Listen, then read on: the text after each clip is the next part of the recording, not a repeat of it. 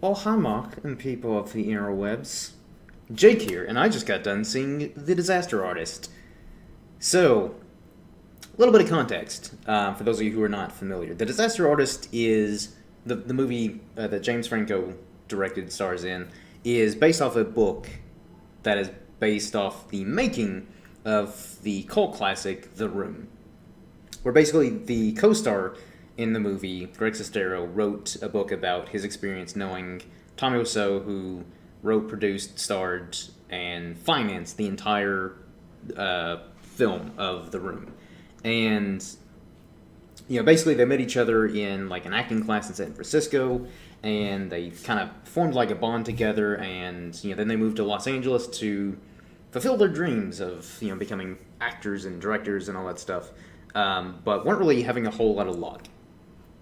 And so then that's when they decided, hey, you know what, let's make our own movie. And apparently Tommy Wiseau has a bottomless pit of a bank account, and so that's how he was able to finance it.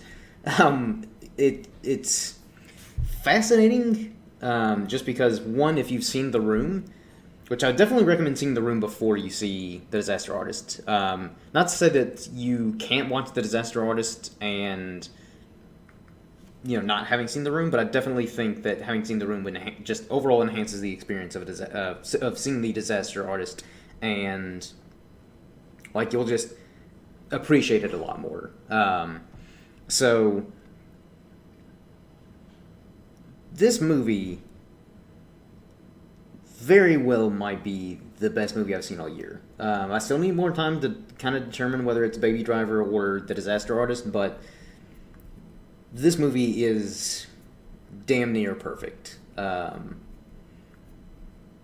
From start to finish, just because, again, as someone who's a fan of The Room and has been a fan of it for several years now, I've been fascinated with The Room and Tommy Wiseau because he's such a mysterious person. He may not even be human. He might be an alien posing as a human, but posing very terribly.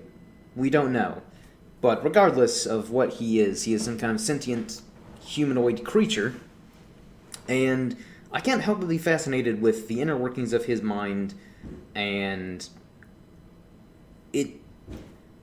the Disaster Artist, both the book and the movie, is a great insight into kind of this weird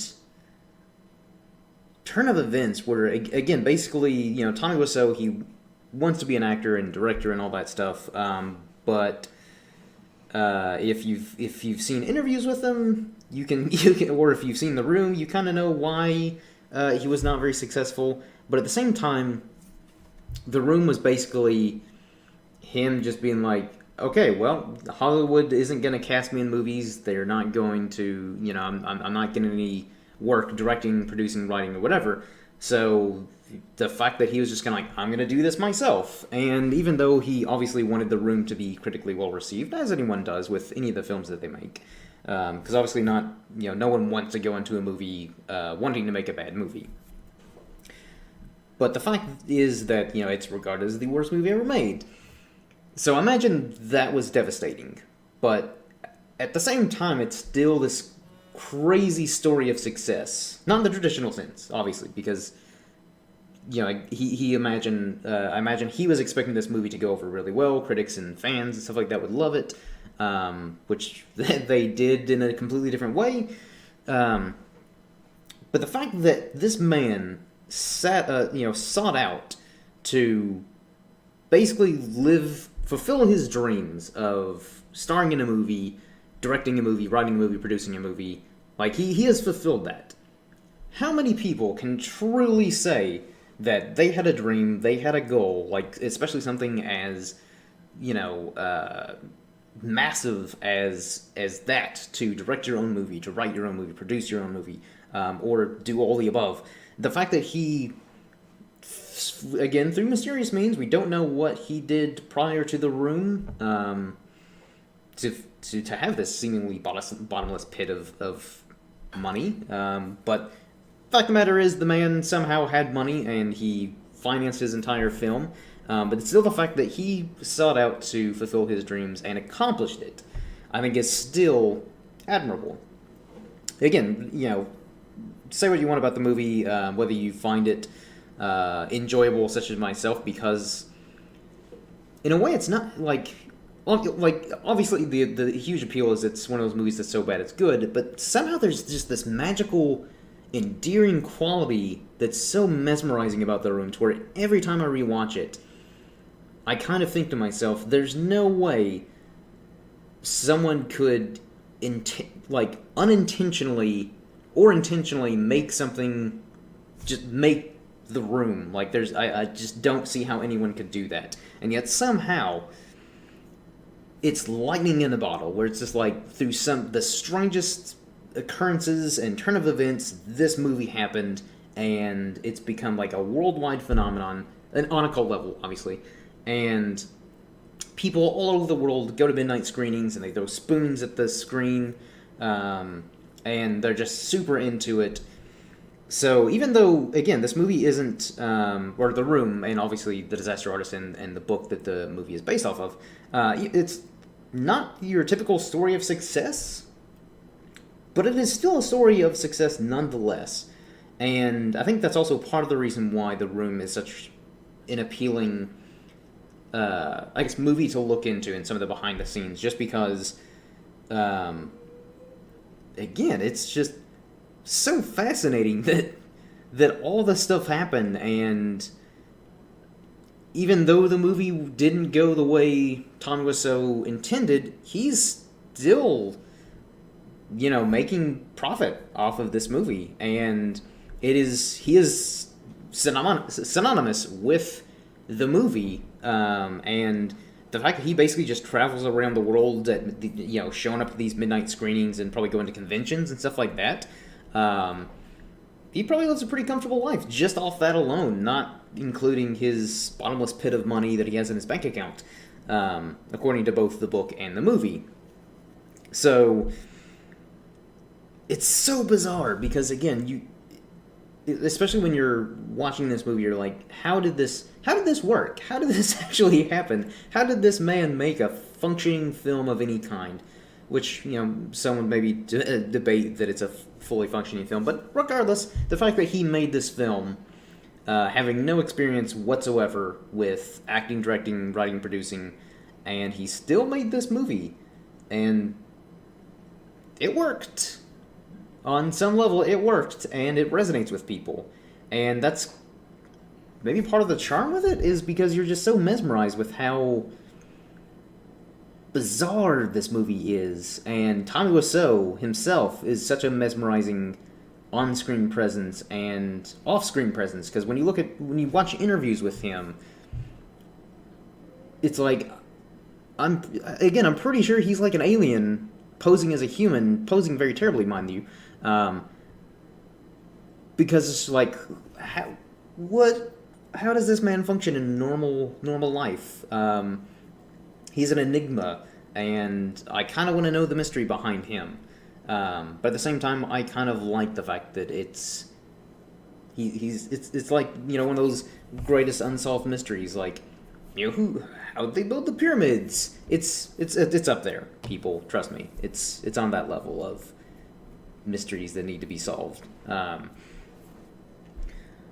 But The Disaster Artist, though, the movie is, again, great from start to finish, just because, again, it starts off with how Tommy and Greg met in their acting class in San Francisco, and how they kind of formed a bond, and then they started to form their dream, where it's like, hey, let's move to Los Angeles, and let's do this, let's follow our dreams. You'll be, an actor, I'll do directing, and, again, Tommy wanted to do it all.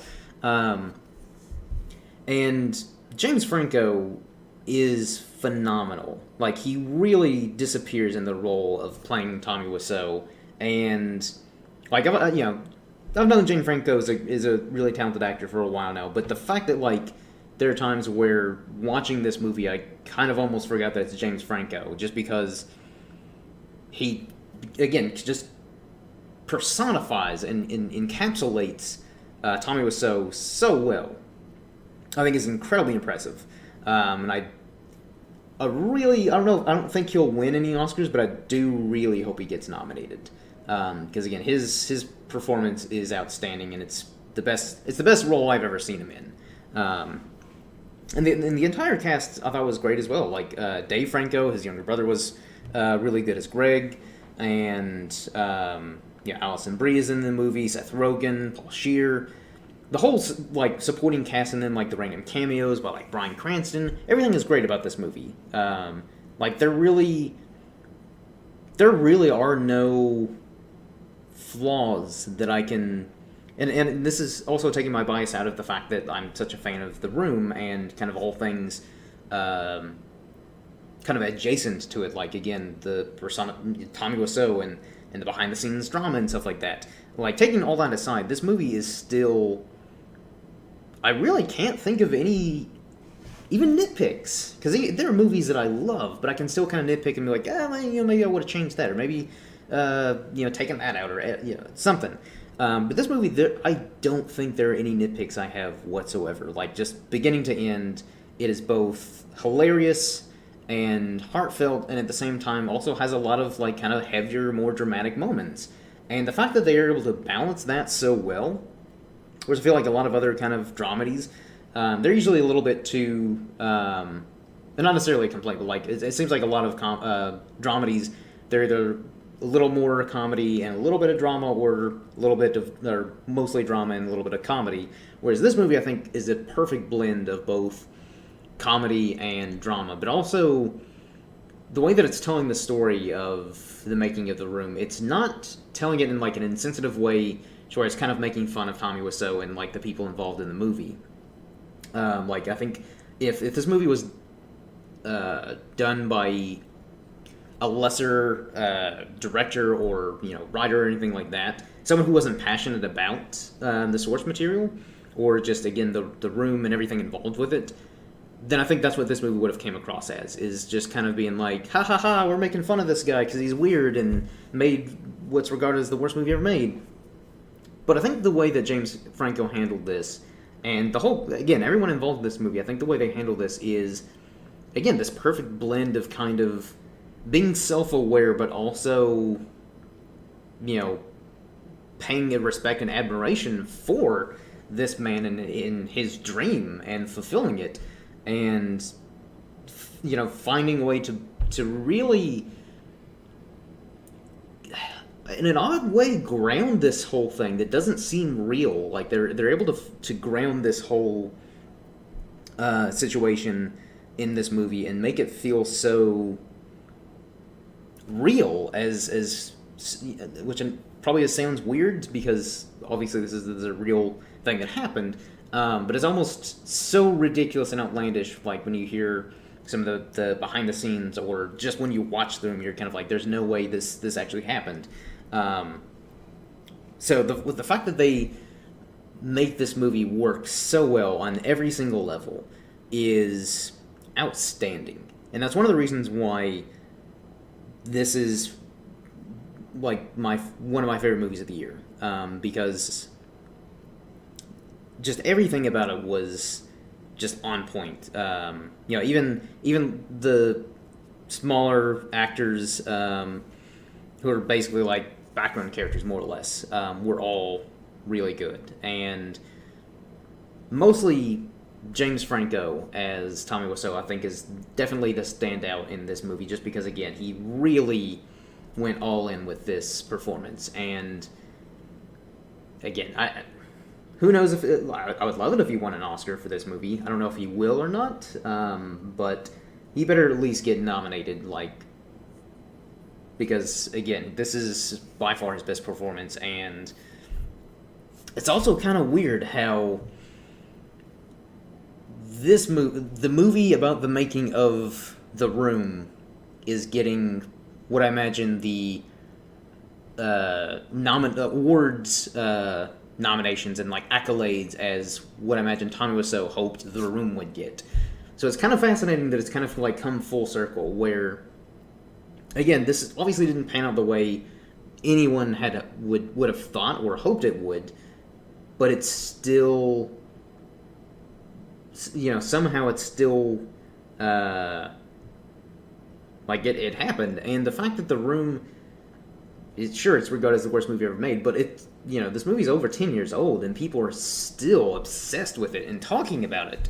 There are like Oscar-winning movies that were great, like, again, great acting, directing, and story and all that stuff. But then people kind of forget about it. They're like, oh yeah, that movie that won an Oscar, 5 years ago, that's cool.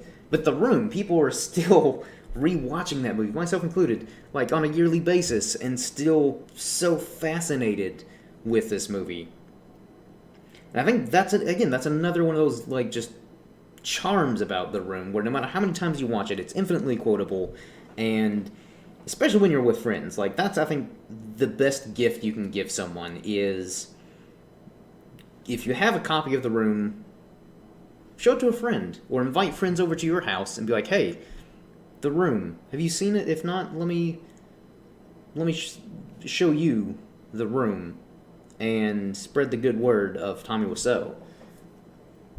So for those of you listening to this, like if you take anything from this video, this review, it's one, watch The Room if you have not already. If you have watched The Room and you have a copy, spread the word, show it to your friends, family, anyone. It might be very awkward, you might alienate a lot of people, but my God, will it be worth it, because then more people have seen The Room. And again, that's the best gift you can give someone, especially this time of year. Christmas is right around the corner. Give a friend or family member The Room for Christmas, and they might love you forever? I would think so. Otherwise, they're probably a terrible person. But yeah, The Disaster Artist, I really can't go... I can't say enough good things about this movie. And again, this is exactly when I first heard that James Franco and Seth Rogen and all them were doing a movie based on the book. I was kind of like, oh my God, yes, this. How are they going to make this work? And they did it so perfectly, and it's everything I wanted it to be. Because again, I wasn't entirely sure what direction they would take it in or how it would be handled, but it was handled perfectly, and they deserve all the credit in the world for bringing this to life. And again, hopefully people, because I'm curious to see how many people, like what the reaction people will have, like myself, who've seen The Room and then watch The Disaster Artist, compared to people who watch The Disaster Artist not having seen The Room or even being familiar with it, and their thoughts, just seeing, like, I guess, the different perspectives. But I do think that the people who haven't seen The Room and watch The Disaster Artist first, I dare them, I'd be willing to bet money that they're not gonna watch, they can't not watch The Room after seeing The Disaster Artist. They're gonna be like, okay, now I need to watch The Room, because what the hell is that movie? So that's one thing that I'm really curious about. And hopefully I'll come across people who watch The Disaster Artist without having seen The Room, just to get a fresh perspective on this. But The Disaster Artist is just phenomenal. And again, it's going to be tough deciding whether... It's definitely it's in my top 5 for sure of... at the end of the year, me and the rest of the Pasty Pale team will compile our top 10 list of movies for 2017. I imagine all of us will have The Disaster Artist probably in our top 5, probably even in our top 3. It's in my top 2. It's just a matter of, placing it 1 or 2. Same thing with Baby Driver, because both movies I absolutely love. I think it's just a matter of what I'm feeling when we compile this list. I don't know. But also need time to kind of sit with this movie a little bit more, and then hopefully rewatch it again before we compile the list. But it's for sure like in my top 2, because this movie's great, and I really do encourage everyone to go see this movie and The Room. Watch both of them, and especially when this movie comes out on Blu-ray. What a great double feature to do The Room and then The Disaster Artist. So that's more or less my review on The Disaster Artist. I think I rambled a little bit too much, but hopefully you all enjoyed this regardless.